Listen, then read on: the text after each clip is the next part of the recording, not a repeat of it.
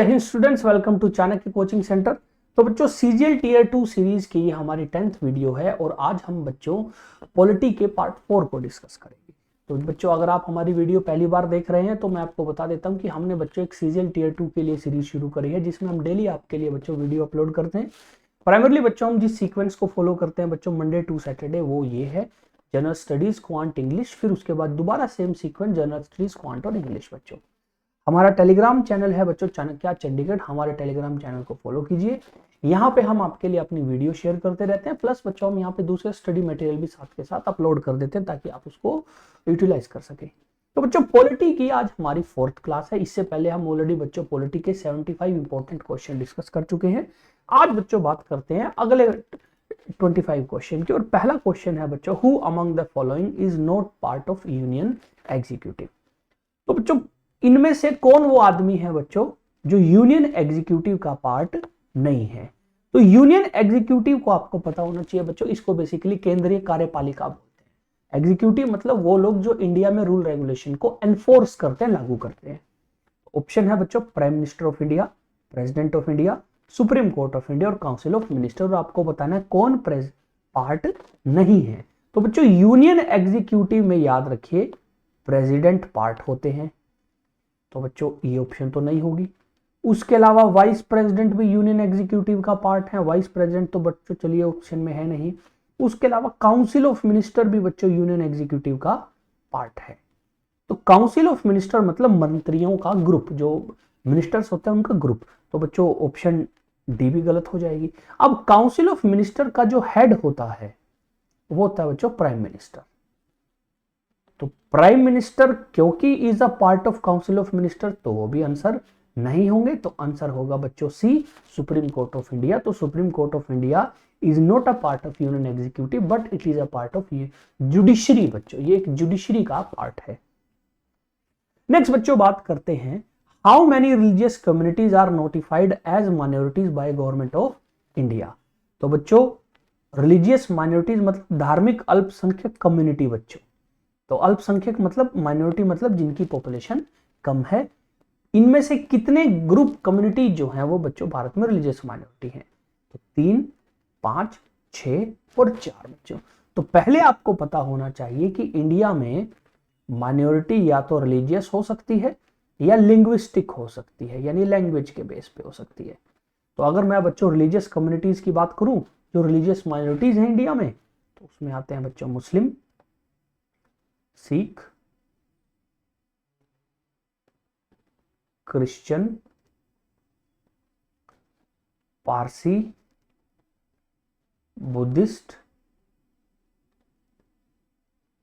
और जैन्स। बच्चों ठीक है। तो पारसी बेसिकली जोरास्ट्रिज्म धर्म को भी बोलते हैं बच्चों। तो जोरास्ट्रिज्म धर्म का ही एक नाम है बच्चों पारसी धर्म। तो ये 6 बच्चों भारत में रिलीजियस माइनॉरिटी हैं। तो आंसर होगा बच्चों 6। नेक्स्ट बच्चों बात करते हैं, इंडिया में नेशनल इमरजेंसी पहली बार आर्टिकल 352 में कब लगी थी। तो when was the national emergency declared for the first time under article 352। तो आर्टिकल 352 के अंदर भारत में नेशनल इमरजेंसी यानी राष्ट्रीय आपातकाल पहली बार कब लगा था। तो बच्चों आर्टिकल 352 में आपको पता होगा कि प्रेसिडेंट नेशनल इमरजेंसी डिक्लेयर कर सकते हैं 3 केसेस में, वॉर के केसेस में, एक्सटर्नल एग्रेशन यानी बाहर से कोई देश बच्चों मिलिट्री वाइज हमें थ्रेट कर रहा है, या फिर बच्चों आर्म्ड रिबेलियन के केस में। आर्म्ड रिबेलियन यानी हथियारबंद विद्रोह बच्चों शुरू हो जाए। अब ओरिजिनली आर्म्ड रिबेलियन नहीं था, शुरू में बच्चों ये था इंटरनल डिस्टर्बेंस, लेकिन बाद में बच्चों ये वर्ड जो है 44th अमेंडमेंट से चेंज करके इसको बच्चों आर्म्ड रिबेलियन कर दिया गया। ठीक है। तो अगर आप देखो बच्चों लड़ाई हमारी काफी बार हुई है तो उसके इसमें लगा होगा पक्का। तो भारत में आर्टिकल 352 को बच्चों यूज करके 3 बार इमरजेंसी डिक्लेयर की गई, 1962 में, 1971 में और 1977 में। 1962 में चीन से लड़ाई हुई, 1971 में पाकिस्तान से लड़ाई हुई और 75 में इंदिरा गांधी ने इंटरनल डिस्टर्बेंस के बेस पे लगाया था, इसलिए बाद में नाम चेंज करके आर्म्ड रिबेलियन कर दिया था। तो ऑब्वियसली बच्चों यहां से आप आंसर लगा सकते हो, तो 1963 से 69, 61 से 65, 61 से 67, 62 से 68। तो आंसर होगा बच्चों 1962 से 1968। अब बच्चों हमें अगर ये नहीं भी पता कि कितने ड्यूरेशन के बीच तो भी आप आंसर लगा सकते हो इसका, क्योंकि बाकी ऑप्शन में 62 नहीं है। तो ये 1962 से 68 हुई, ये 1977 तक, और ये भी 1977 तक, दूसरी और तीसरी एक साथ खत्म हुई थी। तो ये बेसिकली बच्चों क्वेश्चन नंबर 78। नेक्स्ट बच्चों बात करते हैं, if the state government dissolves Panchayati Raj institution before the end of their 5-year term, fresh election should ordinary be held with in. तो अगर बच्चों कोई स्टेट गवर्नमेंट अपने स्टेट के अंदर जो पंचायती सिस्टम है, पंचायत का सिस्टम है, उसको बच्चों जो उसकी नॉर्मल 5 साल की टर्म है उससे पहले भंग कर देती है, उनको खत्म कर देती है, तो नई पंचायत का इलेक्शन कितने दिनों में होगा? 1 महीने में, 6 महीने में, 1 साल में, या 3 महीने में? तो इसका आंसर है बच्चों 6 महीने में। तो अगर स्टेट कोई भी पंचायती राज इंस्टीट्यूशन अपने 5 साल का टर्म पूरा नहीं करेगी तो उसको अगले 6 महीने के अंदर दोबारा से इलेक्शन करके चुना जाएगा बच्चों। तो आंसर है 6 मंथ। नेक्स्ट है बच्चों, इनमें से कौन सा डायरेक्टिव प्रिंसिपल नहीं है बच्चों based on ideas of Mahatma Gandhi? तो which of the following is not a directive principle based on the ideas of Mahatma Gandhi? तो बच्चों directive principle of state policy यानी डीपीएसपी हमने बच्चों पिछली वीडियोस में भी बात करी है कि ये पार्ट है बच्चों हमारे देश के कॉन्स्टिट्यूशन के पार्ट 4 का। बच्चों पार्ट 4 में हमने बहुत सारे डीपीएसपी पढ़े हैं और इनको 3 कैटेगरीज में बच्चों डिवाइड किया जाता है ऑन बेसिस ऑफ आइडियोलॉजी। पहली है बच्चों सोशियो इकोनॉमिक, दूसरी है बच्चों गांधीयन, और तीसरी है बच्चों लिबरल। तो हमने अपनी पिछली वीडियोस में भी बच्चों उसको डिस्कस किया है। तो इनमें से कौन सी बच्चों गांधीयन डीपीएसपी नहीं है? बेसिकली क्वेश्चन ये है। पहली है बच्चों to promote industrialisation in urban areas, दूसरी है to organize village panchayat, third है to prohibit intoxicating drinks and drugs that are injurious to health, और फोर्थ है to promote cottage industry in rural areas. तो बच्चों अगर आप डीपीएसपी में गांधीयन डीपीएसपी पढ़ोगे तो आपको पता चलेगा बी, सी और डी ये तीनों के तीनों गांधीयन डीपीएसपी है, तो इसलिए आंसर तो नहीं होंगे। आंसर होगा ए बच्चों to promote industrialisation in urban areas. Next question है बच्चों कि what is the tenure of election commissioner of India? बच्चों तो आर्टिकल 324 में बात की गई है इलेक्शन कमीशन ऑफ इंडिया की। अब इलेक्शन कमीशन ऑफ इंडिया जो है बच्चों, इलेक्शन कमीशन ऑफ इंडिया, तो इलेक्शन कमीशन ऑफ इंडिया का जो मेन काम है बच्चों वो है भारत में इलेक्शन करवाना। अब इलेक्शन कमीशन ऑफ इंडिया का हेड होता है बच्चों चीफ इलेक्शन कमिश्नर, और उनको हेल्प करने के लिए अभी जो है वो 2 इलेक्शन कमिश्नर है, टोटल 3 लोग हो गए, तीनों को जॉइंटली बोल देते हैं इलेक्शन कमिश्नर्स। तो इनका टेन्योर यानी ये कितने टाइम के लिए होंगे? 5 साल के लिए बनेंगे, 4 के लिए, 6 के लिए, 3 साल के लिए। तो बच्चों जब हम इलेक्शन कमिश्नर्स के बारे में पढ़ते हैं तो हमें पता लगता है कि इनका जो टेन्योर होगा वो 6 साल का होगा, या ये रिटायर हो जाते हैं एट एज ऑफ 65 ईयर्स। बच्चों विच एवर इज अर्लीस्ट, यानी या तो 6 साल का टर्म पूरा हो जाए या 65 साल की एज हो जाए, जो भी होगा वो पहले हो जाएगा। तो यहां से बच्चों आंसर होगा 6 ईयर्स कि इनकी जो टेन्योर होता है बच्चों वो 6 साल का होता है। नेक्स्ट बच्चों बात करते हैं कि the chairman of state public service commission can be removed by order of. तो बच्चों जैसे सेंटर में यूपीएससी होती है बच्चों, union public service commission, UPSC के जो मेंबर्स हैं उनको अगर रिमूव करना हो तो वो प्रेसिडेंट के ऑर्डर से रिमूव हो जाएंगे, है ना। तो उसमें प्रेसिडेंट का रोल रहेगा। तो इसमें यह पूछा गया कि जो स्टेट के अंदर यूपीएससी जैसी कमीशन होते हैं जिनको स्टेट पब्लिक सर्विस कमीशन बोलते हैं, उसका जो चेयरमैन है इसको अगर रिमूव करना हो तो किसके ऑर्डर से? अब देखिए बच्चों जर्नल सेंस क्या बोलता है, जो काम सेंटर में प्रेसिडेंट कर रहा है सेम वही काम स्टेट में गवर्नर करता है। तो इसलिए कई बार हम हो सकता है बच्चों इसका आंसर गवर्नर लगाते। तो ऑप्शन क्या क्या है? प्राइम मिनिस्टर, प्रेसिडेंट, गवर्नर या चीफ मिनिस्टर। अब बच्चों अगर आप तुक्का मारो तो आप बच्चों गवर्नर मारोगे, क्योंकि आपके दिमाग में यह होगा कि सेंटर में प्रेसिडेंट है तो स्टेट में गवर्नर। अब बच्चों बात आपकी एक पॉइंट तक ठीक भी है कि स्टेट पब्लिक सर्विस कमीशन के मेंबर्स की जो अपॉइंटमेंट होती है गवर्नर करता है। तो बच्चों अगर अपॉइंटमेंट गवर्नर करता है तो फिर इनको रिमूव भी गवर्नर करेगा। बट बच्चों प्रोविजन ये है कि स्टेट पब्लिक सर्विस कमीशन के मेंबर्स को अगर रिमूव करना हो तो इनका रिमूवल जो है उसकी पावर बच्चों प्रेसिडेंट के पास होती है। तो अगर पावर रिमूव करने की प्रेसिडेंट के पास है तो ऑब्वियसली चेयरमैन को भी रिमूव कौन करेगा? प्रेसिडेंट। तो आंसर होगा बच्चों प्रेसिडेंट। नेक्स्ट बच्चों बात करते हैं कि by which of the following writ the supreme court and the high court may call for the record of a case from lower court on an allegation of excess of jurisdiction. तो हमें पता है बच्चों हमारी Indian polity में judiciary के पास एक power या एक अथॉरिटी होती है जिसको रिट्स बोला जाता है। और रिट्स बच्चों हमने पढ़ी है कि वो 5 टाइप की होती हैं। और सुप्रीम कोर्ट और हाई कोर्ट दोनों के पास पावर है रिट इश्यू करने की। सुप्रीम कोर्ट रिट इश्यू करती है आर्टिकल 32 में, हाई कोर्ट रिट इश्यू करती है आर्टिकल 226 226 में। तो हमसे ये पूछा गया है कि इनमें से कौन सी रिट, सर्शियोरारी, प्रोहिबिशन, मैंडेमस या हैबियस कॉर्पस में सुप्रीम कोर्ट या हाई कोर्ट लोअर कोर्ट की किसी केस के रिकॉर्ड को मंगा के चेक करती हैं कि कहीं अपने जुरिसडिक्शन से बाहर जाके कोई ऑर्डर तो नहीं हुआ या केस में कुछ सुना तो नहीं गया। तो ऑप्शन है सर्शियोरारी, प्रोहिबिशन, मैंडेमस और हैबियस कॉर्पस। जब आप रिट पढ़ोगे बच्चों आप पढ़ोगे कि हैबियस कॉर्पस लगता है इलीगल डिटेंशन के केस में। इलीगल डिटेंशन मतलब जब किसी आदमी को इलीगली डिटेन किया गया या अपने कब्जे में लिया गया हो। मैंडेमस लगता है to give command to a public officer, कि किसी पब्लिक ऑफिसर को कुछ करने को बोला जाता है या कुछ करने से रोका जाता है।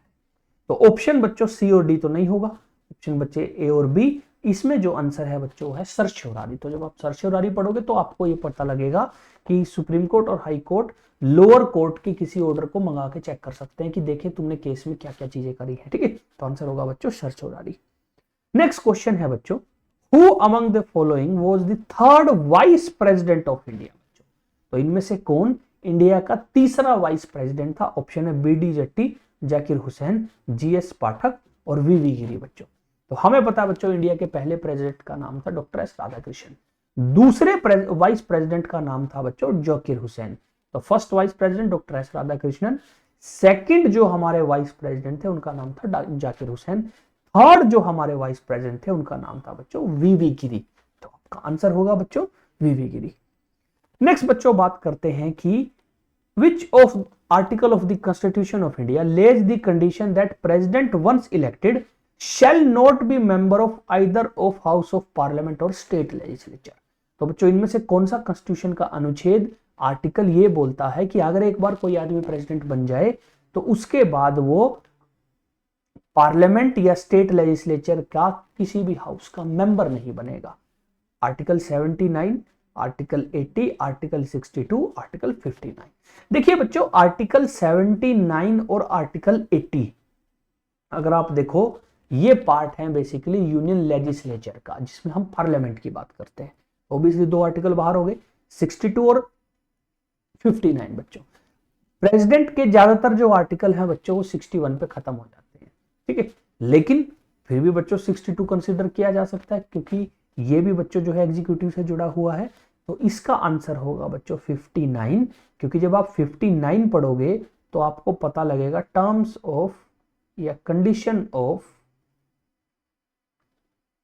Office of president. बच्चों और इसमें हम पढ़ते हैं कि अगर कोई आदमी बच्चों प्रेसिडेंट बन जाए तो वो किसी भी हाउस का मेंबर नहीं होना चाहिए, सेंटर में या स्टेट का। बच्चों ठीक है, तो आंसर होगा आर्टिकल 59। नेक्स्ट बच्चों बात करते हैं लोकसभा का यानी हाउस ऑफ पीपल। बच्चों हाउस ऑफ पीपल याद रखिए लोकसभा का ही नाम है। तो हाउस ऑफ पीपल या लोकसभा का जो मेन बंदा होता है बच्चों, जो प्रिजाइडिंग ऑफिसर होता है उसको बोलते हैं स्पीकर, है ना, स्पीकर है। तो speaker of house of people में submit his resignation to the, यानी अगर बच्चों स्पीकर ऑफ हाउस को कभी रिजाइन करना हो अपनी जॉब से तो वो अपना रेजिग्नेशन किसको देगा? प्रेसिडेंट को, प्राइम मिनिस्टर को, वाइस प्रेसिडेंट को या डिप्टी स्पीकर को। देखिए बच्चों जनरली रेजिग्नेशन उसको दिया जाता है जो आपको जॉब पे रखता है। अब बच्चों आपके दिमाग में हो सकता है प्रेसिडेंट आंसर हो, बट बच्चों याद रखिए, जब स्पीकर को अपॉइंट किया गया तो उसमें प्रेसिडेंट का कोई रोल नहीं था। स्पीकर को इलेक्ट किया है हाउस के लोगों ने। तो बच्चों प्रेसिडेंट ने नहीं किया तो आंसर नहीं होगा, वाइस प्रेसिडेंट भी नहीं होगा। प्राइम मिनिस्टर बच्चों, उसका तो मे भी रोल ना हो उसमें।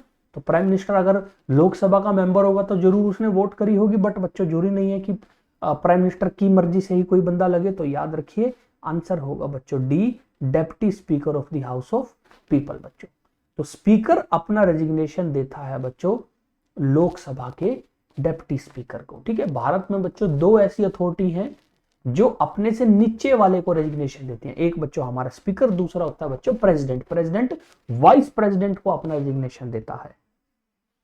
नेक्स्ट बच्चों बात करते हैं कि हमें पता है बच्चों गोवा जो है ओरिजिनली जो है वो बच्चों एक यूटी के तौर पे इंडिया में शामिल किया गया, यूनियन टेरिटरी के तौर पे। तो क्वेश्चन में पूछा गया है which of the following amendment of constitution of India gave status of state to Goa. Goa को किसी स्टेट का स्टेटस इनमें से कौन सा अमेंडमेंट ने दिया? 52nd amendment, 56th amendment, 59th amendment, 48th amendment. तो बच्चों गोवा स्टेट बना था 1987 में। तो अगर आप बात करो बच्चों 56th अमेंडमेंट 1987 से गोवा को स्टेटहुड का बच्चों जो है वो स्टेटस मिला, यानी गोवा एक स्टेट बना था। तो आंसर होगा बच्चों 56th अमेंडमेंट एक्ट 1987। नेक्स्ट बच्चों बात करते हैं इनमें से कौन सा आर्टिकल इंडियन कॉन्स्टिट्यूशन का जीएसटी काउंसिल की क्रिएशन से जुड़ा हुआ है। तो which of the article of constitution of India provide the creation of GST council. तो बच्चों ऑप्शन है आर्टिकल 246 है, 279 है, 269 है, 323A। ठीक है, तो ये क्वेश्चन बच्चों याद रखिए तुक्के से नहीं लग सकता। अगर आपने इसके बारे में पढ़ा हुआ है तभी आप बच्चों इसका आंसर लगा सकते हैं। तो जीएसटी काउंसिल बेसिकली क्या है बच्चों, भारत में किस चीज के ऊपर कितना जीएसटी लगना चाहिए और कौन कौन सा चीज जीएसटी के अंडर आए, इसको लेके बच्चों एक मीटिंग होती है। उस मीटिंग में अलग अलग लोग आते हैं, उस मीटिंग को बेसिकली जीएसटी काउंसिल की मीटिंग बोलते हैं। उसमें बच्चों भारत के फाइनेंस मिनिस्टर, भारत के फाइनेंस मिनिस्ट्री के लोग, स्टेट के अंदर जो फाइनेंस मिनिस्टर और उनके डिपार्टमेंट है वो आके बच्चों उसमें रोल प्ले करते हैं। तो उसमें बहुत सारे लोग आके बैठते हैं और इसका आंसर है बच्चों आर्टिकल 279A की। 279A जो है बच्चों वो जुड़ा हुआ है जीएसटी काउंसिल से, और जीएसटी काउंसिल का जो चेयरपर्सन या चेयरमैन होता है वो हमेशा इंडिया का फाइनेंस मिनिस्टर होता है बच्चों। ठीक है, तो आंसर है आर्टिकल 279A। नेक्स्ट बच्चों बात करते हैं who among the following was the chief draughtsman of constituent assembly that drafted the document of constitution. तो इनमें से कौन बच्चों चीफ ड्राफ्ट्समैन था कॉन्स्टिट्यूएंट असेंबली संविधान सभा का जिन्होंने कॉन्स्टिट्यूशन बनाया? KM मुंशी, VK वैद्य, SN मुखर्जी, HVR अयंगर। बच्चों तो आंसर है बच्चों सुरेंद्र नाथ मुखर्जी। तो याद रखिए सुरेंद्र नाथ मुखर्जी जो है वो चीफ ड्राफ्ट्समैन थे बच्चों कॉन्स्टिट्यूएंट असेंबली के। इस क्वेश्चन का लेना देना बच्चों टॉपिक आता है मेकिंग ऑफ कॉन्स्टिट्यूशन उससे। नेक्स्ट बच्चों which article of Indian constitution empowers the parliament to restrict or to abrogate fundamental right of the member of the armed forces, paramilitary force, police force, intelligence agencies and analogous forces। analogous forces मतलब वो force जो इन जैसा काम कर रही है। तो इनमें से कौन से आर्टिकल से पार्लियामेंट के पास पावर मिल जाती है पार्लियामेंट को कि वो किसी भी बच्चों आर्म्ड फोर्सेस और पैरामिलिट्री फोर्सेस या पुलिस फोर्सेस के फंडामेंटल राइट को रेस्ट्रिक्ट कर सकती है? ऑप्शन है आर्टिकल 33, आर्टिकल 31, आर्टिकल 37, आर्टिकल 35। तो बच्चों देखिए आर्टिकल 37 तो क्योंकि बच्चों डीपीएसपी का पार्ट है तो ये फंडामेंटल राइट का क्वेश्चन है। आर्टिकल 31 जो है बच्चों वो है ही नहीं, अभी बच्चों वो ओमिट कर लिया गया है तो ये हो गया। तो बच्चा आर्टिकल 33 और आर्टिकल 35, आंसर होगा आर्टिकल 33 की बच्चों पार्लियामेंट के पास पावर है कि वो paramilitary, army, navy, air force, police force के बंदों के फंडामेंटल राइट को रेस्ट्रिक्ट कर सकती है। आंसर होगा बच्चों आर्टिकल 33। नेक्स्ट बच्चों बात करते हैं कि whose prior recommendation is required to introduce money bill in state legislature। तो बच्चों स्टेट के अंदर जो लेजिस्लेचर होता है, जो वहां की विधानसभा होती है, उसके अंदर जब मनी बिल आता है बच्चों तो वो मनी बिल किसकी परमिशन से या किसकी रिकमेंडेशन से आएगा? Speaker of the house, chief minister, governor या एडवोकेट जनरल?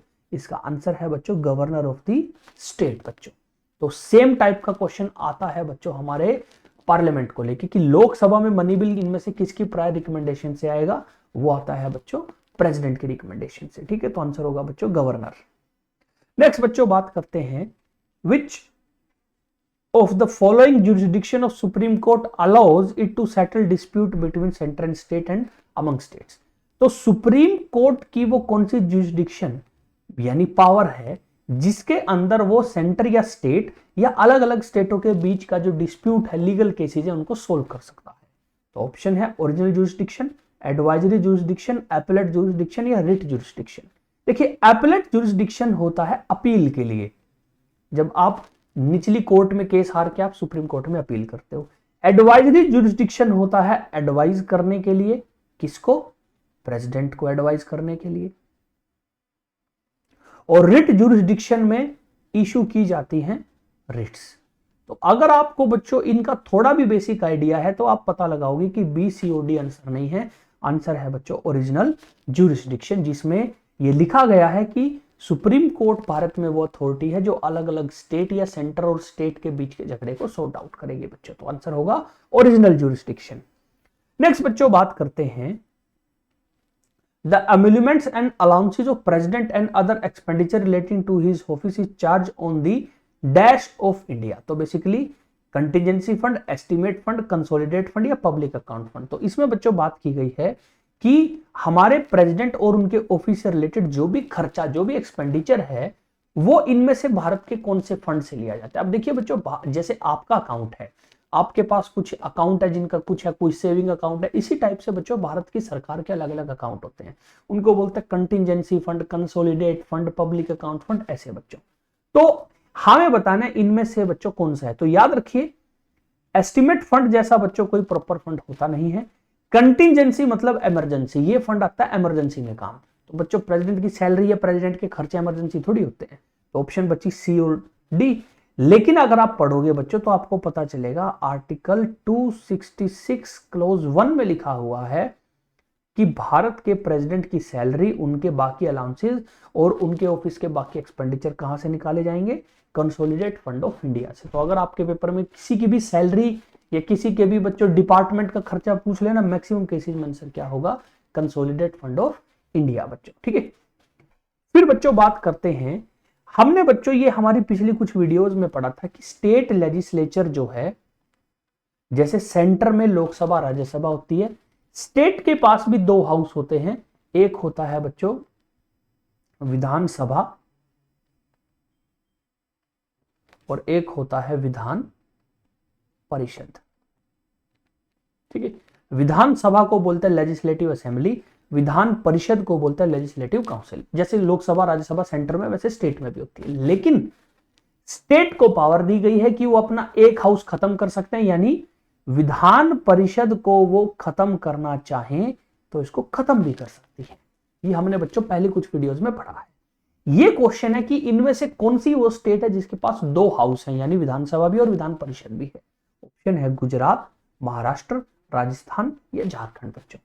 अब अगर बच्चों आप इस चीज को स्टडी करो तो आपको पता लगेगा दो हाउसेज जो हैं स्टेट लेजिस्लेचर में, वो है यूपी के पास, बिहार के पास, आंध्र प्रदेश के पास, तेलंगाना के पास, महाराष्ट्र के पास और कर्नाटका के पास।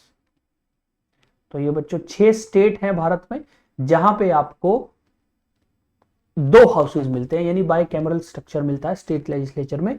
तो गुजरात इसमें नहीं है, राजस्थान इसमें नहीं है, झारखंड इसमें नहीं है, महाराष्ट्र है। तो आंसर क्या होगा बच्चों, महाराष्ट्र। नेक्स्ट बच्चों बात करते हैं, in which of the following cases the supreme court while laying out basic structure of constitution held that democratic character of polity was essential component of basic structure.